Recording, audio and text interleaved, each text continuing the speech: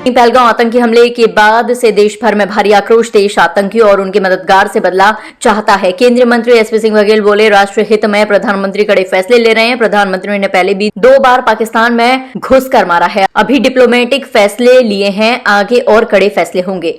जातीय जनगणना पर कहा कि यह फैसला प्रशंसा करने वाला है। अगर कांग्रेस इसका श्रेय ले रही है तो ये गलत है। राजनीतिक दलों की मांग आती रहती है, पर जनहित में फैसला मोदी सरकार ने लिया। भाजपा सरकार बहुत सोच समझकर फैसले लेती है, तो कांग्रेस इसका श्रेय ना ले।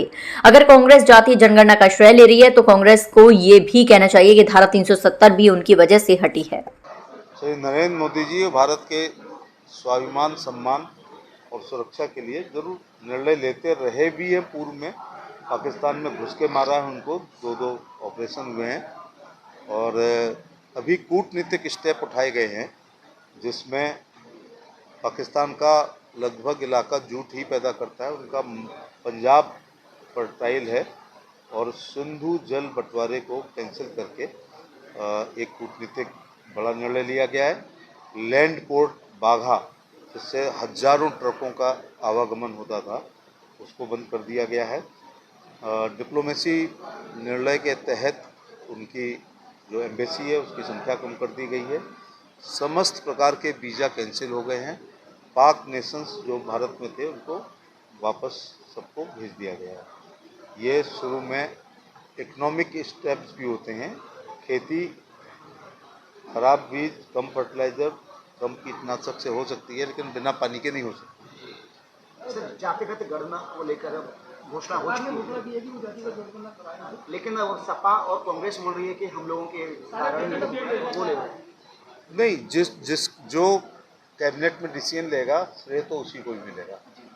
डिमांड तो विभिन्न राजनीतिक पार्टियों की आती रहती हैं, लेकिन राष्ट्र हित में हमेशा और जनहित में निर्णय लिए जाते हैं। जातीय जनगणना का मैं स्वागत करता हूं और अभिनंदन करता हूं, और लेकिन कांग्रेस अगर श्रेय ले रही तो गलत ले रही है। 1931 में पहली बार जातीय जनगणना हुई थी। उसके बाद देश आज़ाद के बाद समस्त जनगणनाएँ कांग्रेस के समय लगभग हुई हैं।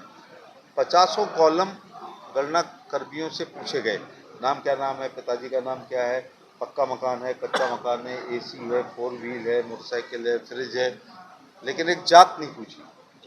तो ये उसमें कोई अलग से वर्णन नहीं आना चाहिए था।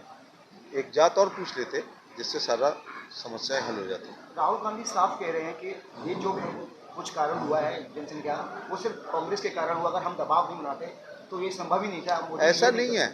भारतीय जनता पार्टी अनुकूल समय पर ये बहुत रिसर्च करने के बाद, उसके लाभ हानि देखने के बाद, दुनिया भर के लोगों से वार्ता करने के बाद, रिसर्च करने के बाद एक अपना तब निर्णय लेती है। तो जो महिला आरक्षण किया, क्या उनकी वजह से हुआ?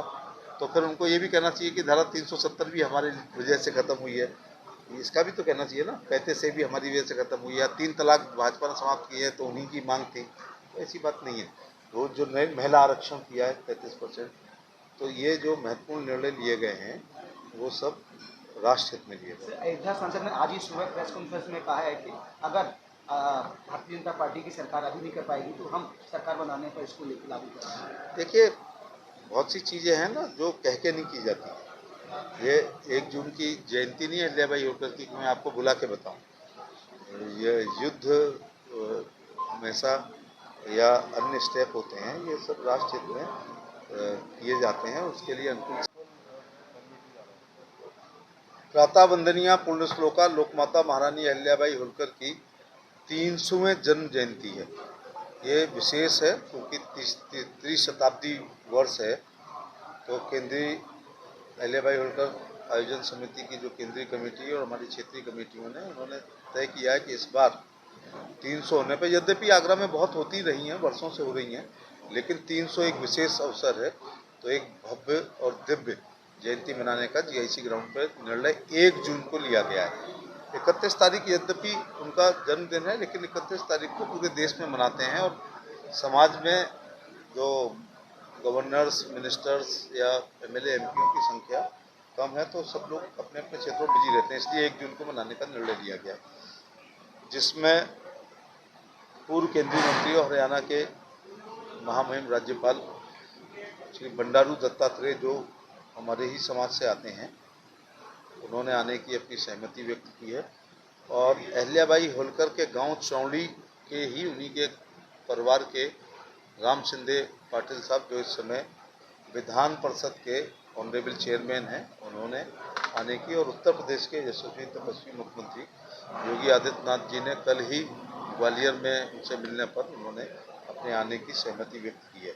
इसलिए समिति ने तय किया है कि जिस प्रकार से बड़ी सभा में जर्मन हैंगर लगा करके राजनीतिक रैलियाँ की जाती हैं, उतना भव्यता और दिव्यता प्रदान की जाएगी, जिसके लिए आज आप लोगों को याद किया है, जिससे आपके माध्यम से जन जन तक प्रिंट और इलेक्ट्रॉनिक मीडिया के माध्यम से आगरा और अलीगढ़ मंडल में ये बात पहुंच सके।